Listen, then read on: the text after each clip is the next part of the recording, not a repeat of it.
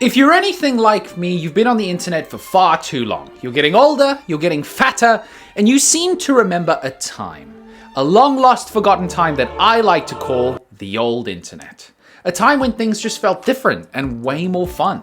The internet is still around, but it feels really hollow and super lifeless, despite the fact that there are more people on the internet today than ever before.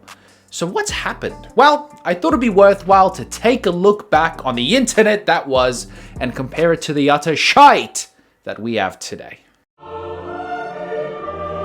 Going viral back then was a different world compared to things nowadays. The first handful of clips that really became staples of early internet culture was the Star Wars kid, or the Numa Numa guy, or the Charlie bit my finger. Simple shit. These sorts of clips eventually paved the way for the first round of YouTube celebrities, like Smosh or Niga Higa. Their content was really fun, and when you watched it, you felt like you were just watching some of your friends. Do you remember the Potter Puppet Pals? Or the Chocolate Rain guy? Or the ASDF movie? Bro, everyone had that on their phones in school. But slowly things started transforming from cute nonsense to more specific reasons for going viral. Do you remember Rebecca Black? Her song Friday exploded, but for the wrong reasons. So people were so blown away by these terrible lyrics that she became a worldwide laughingstock, even though she had nothing to do with the writing of the song. This guy wrote it. Rebecca was just hired as a vocalist. It must have been crazy to be a 13-year-old girl, just try and make music and you end up getting death threats from all across the globe. Anyway, you might be pleased to know that she's doing fine. She's embraced the hate that she's got and she's built a pretty successful career out of it. Good for you. Same thing can be said about the Walmart Yodeling Kid. That little fella captured the hearts of millions by yodeling. Inside a Walmart, obviously. And this helped them start a pretty successful career too. The internet giveth and the internet taketh awayeth. What about Kony 2012? Dude, this thing was a phenomenon. It was very well made and it quickly became one of, if not the first, mature topics to go viral. I was a 15-year-old kid who watched this documentary and was so blown away by the atrocities committed by Kony that I wanted to personally fly to Uganda to kick that man's ass.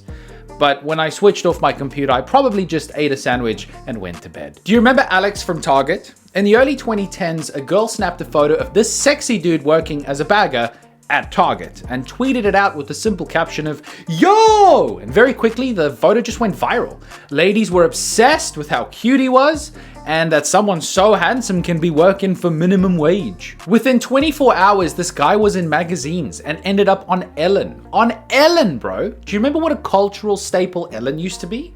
Before people realized that she was kind of a terrible person, the dream of people begging to get famous was posting some stupid shit online and having Ellen talk about it. This guaranteed that you were a somebody. Looking back now, who would have thought that the billionaire who made us watch her dance 15 minutes a day, like some medieval overlord, is actually completely unrelatable and completely insufferable? The more you know. I think something that perfectly encapsulates the atmosphere of the internet back then is the Ellen selfie. The photo that she took at the Oscars that went viral and had the whole mainstream media bootlicking about how amazing celebrities are. If they took that photo today, nobody would give a shit. Yes, okay, it's not all good stuff, but people used to go viral for being pretty unique. Now, I don't want to sound like a grandpa and be all like, oh, the internet was better in my day. But the stuff that goes viral nowadays is just garbage. Bella Poarch literally became a celebrity because of this video, for no other reason that the head bobbing was visually pleasing to look at. This video literally has almost 1 billion views. This is Leah Holton. She made a video clip lip syncing and showing off her lovely makeup, and boom, instant millionaire. This video is also nearing 1 billion views after only 3 months, for no other reason than people think that she's pretty. Or the Hawk Tour girl. Worldwide phenomenon overnight because she pretended to spit on a guy's dick. Just her making that noise was enough to net her brand deals and her own talk show. Is it just me, or are we making the wrong people famous? Have you seen the Costco guys? A dad and son who went mega viral for reviewing Costco products and giving them a big boom. They ended up on Jimmy Kimmel. All I'm trying to say with this is that it feels like virality has lost its substance. But this is what the internet is nowadays. A pool of disposable celebrities that are here today and gone tomorrow. Popular for nothing more than their looks or their stupid catchphrases. Memes have always been a staple of internet culture. Probably culture in general, really. When I was growing up, I thought that Rage comics were the epitome of comedy. The Trollface was the funniest thing that you can show someone, and 9gag was my personal source of humor. Hell, even Reddit used to be an exciting and hilarious place to frequent before it became the political hellscape that it is today. Do you remember Chuck Norris jokes? Or Brian Peppers? Lol cats and cheeseburger memes? What about Scumbag Steve? Stoned Guy? Bad Luck Brian? Stuff was really simple, man. Let's have a look at what is considered memes today.